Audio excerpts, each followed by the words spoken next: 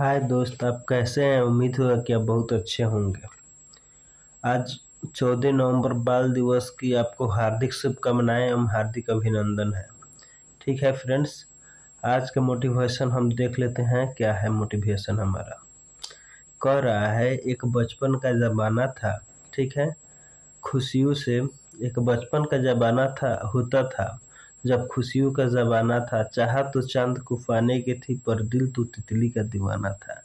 जब हम लोग बचपन में थे तो पता ना हम लोग कितने खुश थे। हम लोग सोच रहे थे कि चांद पर जाने के लिए, मगर पर हम लोग छोटे से तितली को पकड़ने में अपना ज़िंदगी, अपना बचपन बिता दिए फ्रेंड्स। ठीक है फ्रेंड्स, वहीं आज बचपन का दिन जो चिल्ड्रेंस डे है, कुछ याद आया, इसीलिए थोड़ा सोचे कि चलिए दोस्तों के साथ थोड़ा शेयर कर दूं। ठीक है फ्रेंड्स, अब आइए हम अपने अगले वीडियो के, हमारा जो लक्ष्य है, जो नेक्स्ट टॉपिक है, उस पर हम चल रहे हैं फ्रेंड्स। आइए फ्रेंड्स, श्री गणेशाय नमः करके हम अपने लक्ष्य की ओर बढ़े, हम अपने एम की ओर बढ़े, हम अपने वीडियो की ओर बढ़े फ्रेंड्स। Thank you friends. अब आइए बढ़ते हैं।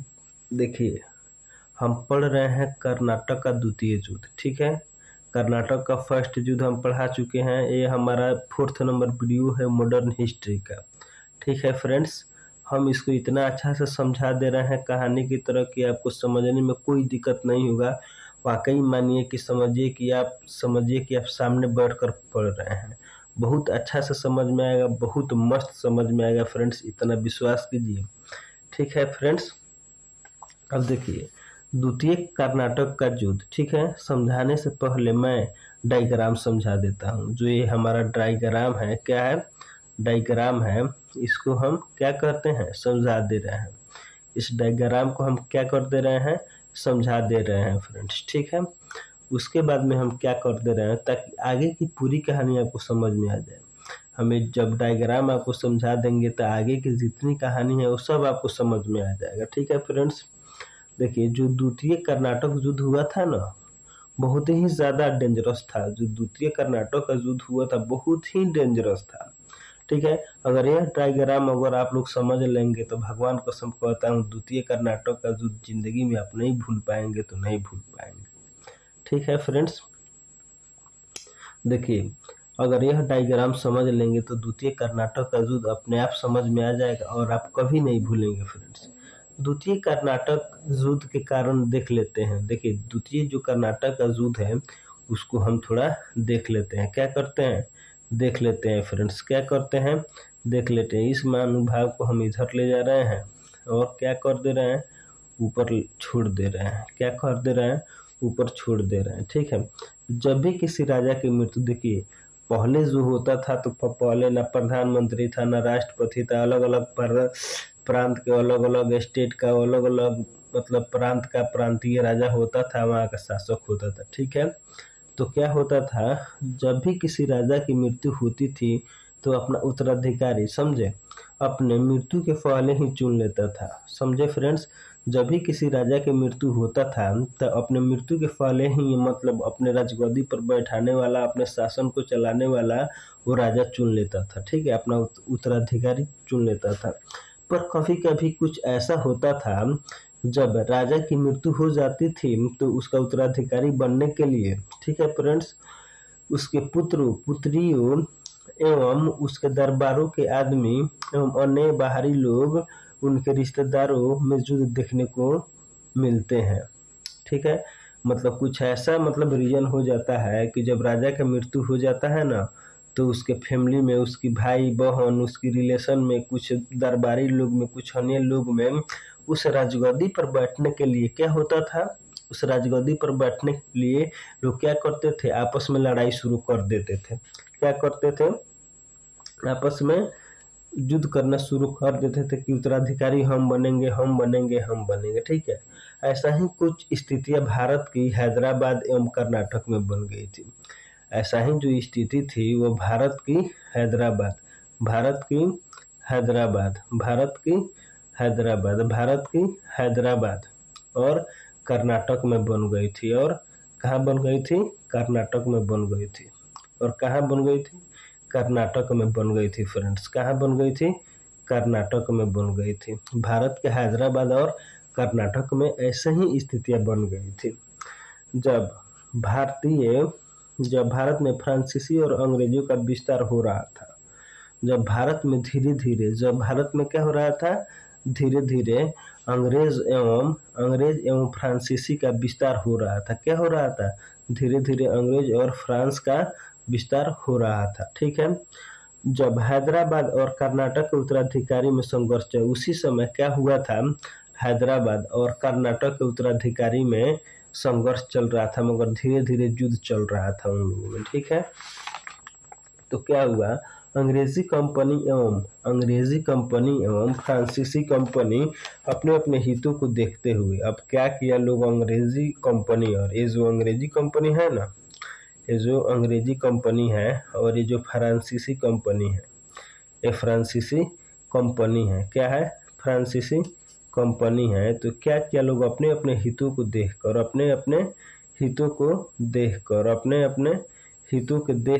क्या किया लोग, अपना अलग अलग पक्ष रखा। जब अपने अपने हितों को पक्ष लेकर, नहीं हम इस पार्टी की ओर से रहेंगे, हम उस पार्टी की ओर से रहेंगे, अपना अपना लोग पक्ष रखा लोग। ठीक है फ्रेंड्स। तो देखिए, हैदराबाद और कर्नाटक में उत्तराधिकारी के लिए संघर्ष चल रहा था। हैदराबाद में उत्तराधिकारी बनने के लिए हैदराबाद में उत्तराधिकारी बनने के लिए दो लोगों के बीच युद्ध चल रहा था। ठीक है। एक में था नासिर जंग। ठीक है। एक में कौन था? नासिर जंग, और दूसरा था मुजफ्फर जंग। ठीक है।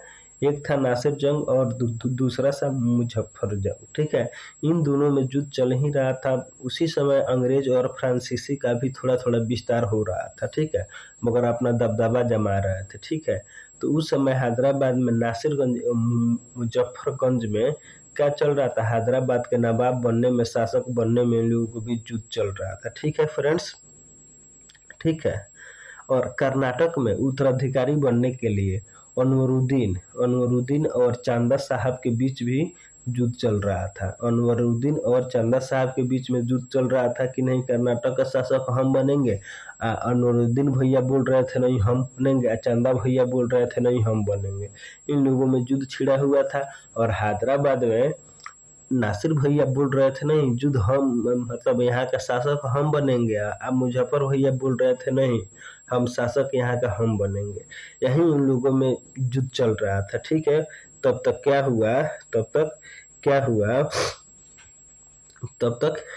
हुआ, अब देखिए, तब तक क्या हुआ, लॉर्ड क्लाइव। ठीक है। तब तक क्या हुआ, लॉर्ड क्लाइव और फ्रांसीसी। ठीक है। और इन दोनों के बीच में कुछ सामना हुआ। ठीक है। आइए थोड़ा हम पहले, तो लॉर्ड क्लाइव चाहता था कि हैदराबाद का शासक नासिरगंज बने। हैदराबाद का शासक कौन बने? नासिरगंज बने। और कर्नाटक के शासक अनवरुद्दीन बने। ठीक है। लेकिन फ्रांसीसी गवर्नर डुप्ले का नाम था नहीं, हैदराबाद का जो शासक है वो मुजफ्फर जंग बने। ठीक है।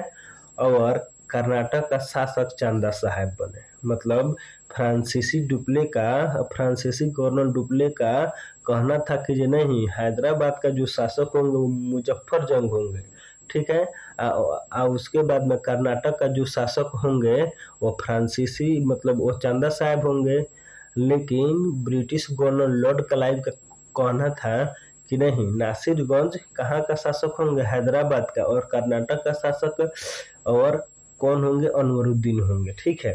ये लॉर्ड क्लाइव का कहा नाम था। अब देखिए लॉर्ड क्लाइव कौन है, इसके बारे में थोड़ा जान लीजिए। लॉर्ड ईस्ट इंडिया कंपनी में एक क्लर्क के तौर पर भर्ती हुआ था। जो लॉर्ड क्लाइव था ना, वो ईस्ट इंडिया कंपनी में एक, समझिए कि एक क्लर्क के तौर पर क्या हुआ था, भर्ती हुआ था। लेकिन अपने कुशलता के दम पर, अपने सहनशीलता के दम पर आगे चलकर बंगाल का पहला गवर्नर जनरल बना। मगर वह इतना धैर्य आदमी था, धैर्य करते करते समझिए वह आगे चलकर बंगाल का गवर्नर जनरल बन गया, बंगाल पर शासन करने लगा। लॉर्ड क्लाइव हैदराबाद के नासिरगंज और कर्नाटक के अनवरुद्दीन को उत्तराधिकारी बनाने के लिए चाहता था। हम आपको बताए थे ना, ये क्या चाहते थे, ये British governor Lord Clive Hyderabad में नासिर जंग और कर्नाटक में अनवरुद्दीन को शासक बनाना चाहता था। ठीक है फ्रेंड्स, ठीक है। अब देखिए, अब डुप्ले कौन है, डुप्ले के बारे में थोड़ा जान लीजिए। अब देखिए, अब डुप्ले जो था यह एक फ्रांस का था। डुप्ले कहाँ का था, फ्रांस का था। यह ईस्ट इंडिया कंपनी में व्यापारिक सेवा के लिए भारत आया था। ये जो अपने व्यापार को बढ़ाने के लिए ईस्ट इंडिया कंपनी में मिलजुल कर रहने और अपने व्यापार को आगे बढ़ाने के लिए ये कहाँ आया था, फ्रांस से बाहर आया था फ्रेंड्स, भारत आया था। 1731 ईस्वी में चांदानगर का गवर्नर बन गया। अब अंग्रेजी में मिलजुल कर रहने लगा। अंग्रेज में मिलते जुलते रहते रहते अंग्रेज लोग क्या किया, लोग इसे चांदानगर का गवर्नर बना दिया। ठीक है, इसलिए यह फ्रांसीसी भारत का गवर्नर जनरल कहा। इसलिए यह फ्रांसीसी भारत का गवर्नर जनरल का, अब फ्रांस से आया था और भारत में गवर्नर जनरल का रूप धारण कर लिया, इसको पद मिल गया, इसीलिए इसको हम लोग क्या कहते हैं, भारतीय फ्रांसीसी गवर्नर जनरल कहते हैं। ठीक है फ्रेंड्स, डुप्ले का पूरा नाम, अब देखिए डुप्ले का पूरा नाम क्या है। इस डुप्ले का पूरा नाम है जोसेफ मार्क्यूस डुप्लेक्स। इस डुप्ले का पूरा नाम है।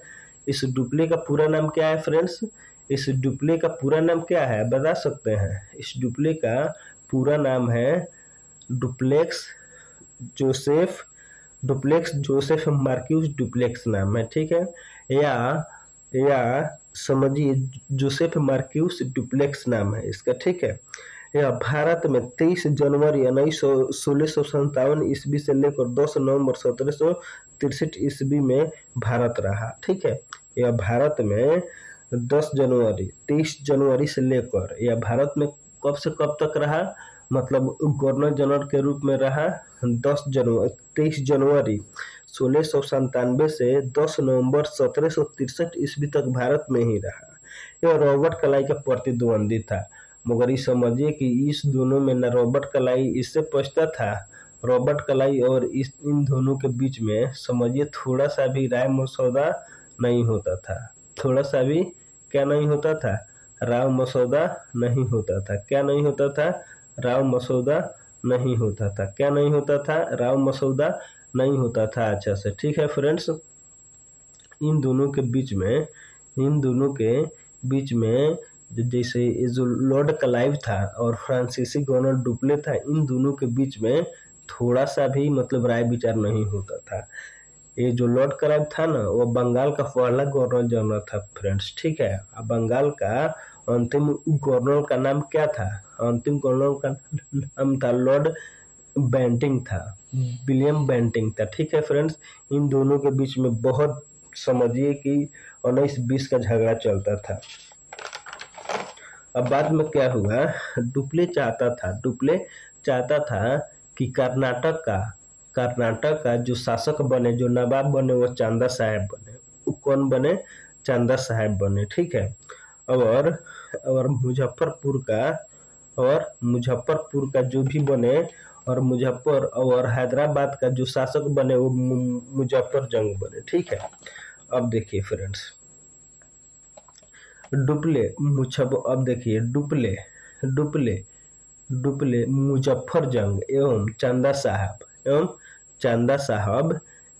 मुजफ्फर जंग चांदा साहब एवं फ्रांसीसी गवर्नर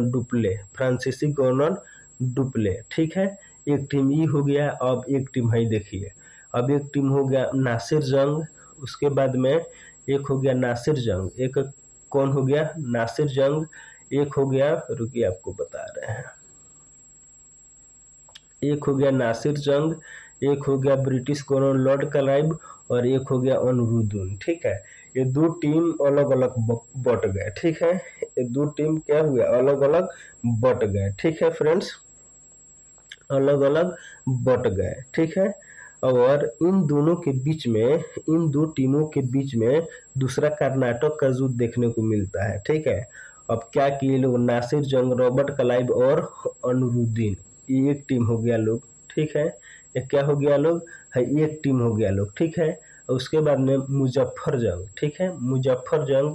उसके बाद में फ्रांसीसी गवर्नर डुप्ले और चांदा साहब, ये एक गुट हो गया लोग, ठीक है फ्रेंड्स।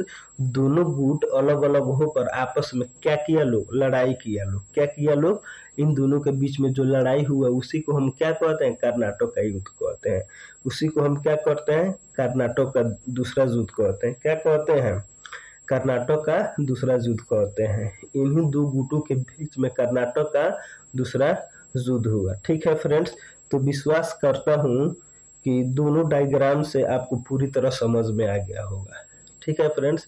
क्या हुआ, मतलब ब्रिटिश गवर्नर जनरल चाहता था, ठीक है, कि हैदराबाद में नासिरगंज को हम अथी बनाए, नासिरगंज को हम मतलब यहाँ का शासक बनाए, और कर्नाटक में अनवरुद्दीन को बनाए, ठीक है। लेकिन फ्रांसीसी गवर्नर डुप्ले चाहता था नहीं, हैदराबाद में हम मुजफ्फर जंग को शासक बनाए और कर्नाटक में चांदा साहब को बनाए, ठीक है। अब तो समझिए कि अब इन दोनों के बीच में मतलब इसके और इसके बीच में थोड़ा सा भी नहीं पड़ता था। तो क्या किया, हई एक गुट, हई एक गुट, ठीक है, और ए एक गुट और ए एक गुट मिलकर दोनों गुटों के बीच में अलग अलग दोनों के गुटों के बीच में लड़ाई हुआ। इसी लड़ाई को हम क्या कहते हैं, कर्नाटक का द्वितीय युद्ध कहते हैं। एक गुट हुआ नासिरगंज, उसके बाद में रॉबर्ट क्लाई और अनवरुद्दीन हुआ, ये एक गुट हो गया। अब दूसरा गुट हुआ मुजफ्फर जंग, फ्रांसीसी गवर्नर डुप्ले और चांदा साहब, ये दोनों गुट अलग अलग हो गया। इन दोनों गुटों के बीच में लड़ाई हुआ। इन्हीं लड़ाई को, इन्हीं युद्ध को हम क्या कहते हैं, कर्नाटक का द्वितीय युद्ध कहते हैं फ्रेंड्स। क्या कहते हैं, कर्नाटक का द्वितीय युद्ध कहते हैं। उम्मीद होगा कि इस डायग्राम से आपको समझ में आ गया होगा, ठीक है। अब हम चलते हैं दूसरा का पेज पर। अब देखिए, जो कर्नाटक का युद्ध हुआ वो 1748 से 1754 ईस्वी में हुआ, ठीक है फ्रेंड्स। अब देखिए, हैदराबाद का जो भी मतलब यह कौन है, नासिरगंज है, ठीक है। ये कौन है, रॉबर्ट क्लाई है। रॉबर्ट क्लाई चाहता था, रॉबर्ट क्लाई क्या चाहता था फ्रेंड्स, रॉबर्ट क्लाई चाहता था कि हैदराबाद का नवाब, मतलब हैदराबाद का जो शासक बने वह नासिरगंज बने, ठीक है, नासिरगंज बने, ठीक है। और जो कर्नाटक का जो भी मतलब वहाँ का शासक बने वो अनवरुद्दीन बने, ठीक है। उसके बाद में फ्रांसीसी डुप्ले चाहता था कि नहीं, हैदराबाद का शासक मुजफ्फर जंग बने और कर्नाटक का शासक चांदा साहब बने। इन्हीं दोनों गुटों के बीच में युद्ध हुआ। इस युद्ध को हम क्या कहते हैं, कर्नाटक का द्वितीय युद्ध कहते हैं। यह युद्ध 1748 से 1754 तक चला। कर्नाटक का द्वितीय युद्ध कब से कब तक चला और कितने गुटों के बीच में चला, दो गुटों के बीच में चला, 1748 से 1754 ईस्वी में। पहले गुट का नाम सुन लीजिए, Nasriganj, British governor Lord Clive और अनवरुद्दीन, ठीक है। और दूसरे गुट का नाम याद रख लीजिए, मुजफ्फर जंग, फ्रांसीसी गवर्नर डुप्ले और चांदा साहब। इन्हीं दो गुटों के बीच में युद्ध हुआ, ठीक है, कर्नाटक का युद्ध हुआ, ठीक है फ्रेंड्स। अब क्या होता है, अब देखिए ब्रिटेन, हैदराबाद और कर्नाटक, इन दोनों क्षेत्रों में उत्तराधिकारी के लिए संघर्ष शुरू हुआ और अंग्रेजी और फ्रांसीसी कंपनी ने अपने अपने हितों को देखते हुए अलग अलग पक्ष का समर्थन दिया और फिर दोनों पक्षों के बीच युद्ध हो गया था। वही ना बात है, उसी में से समझा रहे हैं। अब चलिए 3 नंबर पेज पर। अब देखिए, कर्नाटक का द्वितीय युद्ध 1748 से 1754 तक चला। इसका प्रमुख कारण दोनों कंपनियों का भारतीय राजनीति में हस्तक्षेप रहा। मगर जो भी भारतीय राजनीति था, जो भी नवाब बनाना चाहिए था, इन दोनों का हस्तक्षेप था, नहीं हम उसको बनाएंगे, हम उसको बनाएंगे। जैसे आप देखते होंगे गांव देहात में जो भी चीज़ मतलब मुखिया का इलेक्शन चाहे कुछ भी का इलेक्शन होता है तो लोग अपने अपने पार्टी के उम्मीदवारों के साथ घूमते हैं कि नहीं हम अपने पार्टी को जिताएंगे, हम अपने पार्टी को जिताएंगे। मुखिया लड़ता नहीं है, पहले गाँव के लोग अपने में फाराफारी मारामारी कर लेते हैं। उसी तरह हुआ था ब्रिटिश गवर्नर एवं फ्रांसीसी डुप्ले के साथ में, ऐसा ही हुआ था। जिस तरह हम लोग के मुखिया में लड़ाई होता है, आप हो जाता है किसी और से, वो हो जाता है किसी और से, मुखिया दोनों एक है, जनता आपस में लड़ लेगा। जैसे मान लीजिए सेंट्रल पर मान लीजिए कौन आदमी बीजेपी का भक्त है, कौन आदमी कांग्रेस का भक्त है, वो दोनों एक ही है, लेकिन बीच वाला जनता आपस में मार फरिया लिया, वहीं क्या हो गया, कर्नाटक का द्वितीय युद्ध हो गया, सिंपल भाषा में। ठीक है फ्रेंड्स, अब क्या कहता है, अब कहता है इस युद्ध का मुख्य कारण दोनों कंपनियों का भारतीय राजनीति में हस्तक्षेप रहा। वही बात आपको समझाए हैं। 1748 ईस्वी में हैदराबाद के निजाम उल मुल्क आसफ शाह की मृत्यु होने से उत्तराधिकारी के लिए संघर्ष प्रारंभ हो गया। ठीक है फ्रेंड्स, निजाम उल मुल्क की मृत्यु के बाद में इसका पुत्र नासिरगंज हैदराबाद का निजाम बना। इसी समय नासिरगंज का एक भांजा मुजफ्फर जंग ने निजाम पद के लिए दावेदारी प्रस्तुत की। अब जो ये मुजफ्फर जंग था, या नासिर जंग का क्या था, भांजा था। क्या था, भांजा था। क्या था, भांजा था। हम अभी आपको बताए हैं ना कि उत्तराधिकारी जो भी कोई राजा मरता है तो अपने मरने से पहले उत्तराधिकारी बना कर जाता है, लेकिन कुछ केस में ऐसे आता है कि उसके मरने के बाद में उसके रिलेशन में, उसके अगल बगल के लोगों में मार हो जाता है कि नहीं हम उत्तराधिकारी बनेंगे। वही हाल यहाँ पे हुआ है। तो क्या हुआ, जब उसका नाना नासिरगंज का नाना निजाम उल मुल्क की मृत्यु हो गई, उल की मृत्यु हो गई, तो उसका पुत्र नासिरगंज हैदराबाद का निजाम बना। लेकिन मुजफ्फर जंग ने क्या किया, उसमें प्रस्तुत किया कि नहीं अब हम हैदराबाद के कथी बनेंगे, हम शासक बनेंगे। ठीक है, इसी समय 1748 ईस्वी में मराठों ने चंदा साहब को रिहा कर दिया। क्या हुआ था, मराठा का युद्ध हम 3 वीडियो बना चुके हैं, आप लोग जाकर देख सकते हैं। ठीक है, मराठों ने चंदा साहब को रिहा कर दिया और यह कर्नाटक में अपने उत्तराधिकारी के लिए मांग की। जब मराठों ने चंदा साहब को जेल से बाहर निकाला तो चंदा साहब बोले कि जब तो हमको जेल से निकाल दिए, अब तो हमको जेल से निकाल दिए, लास्ट में अब तो हमको निकाल दिए। उसी समय कर्नाटक के जो शासक थे वे अनवरुद्दीन थे। मतलब उस समय जब ये चंदा साहब जेल से निकले थे, ये चंदा साहब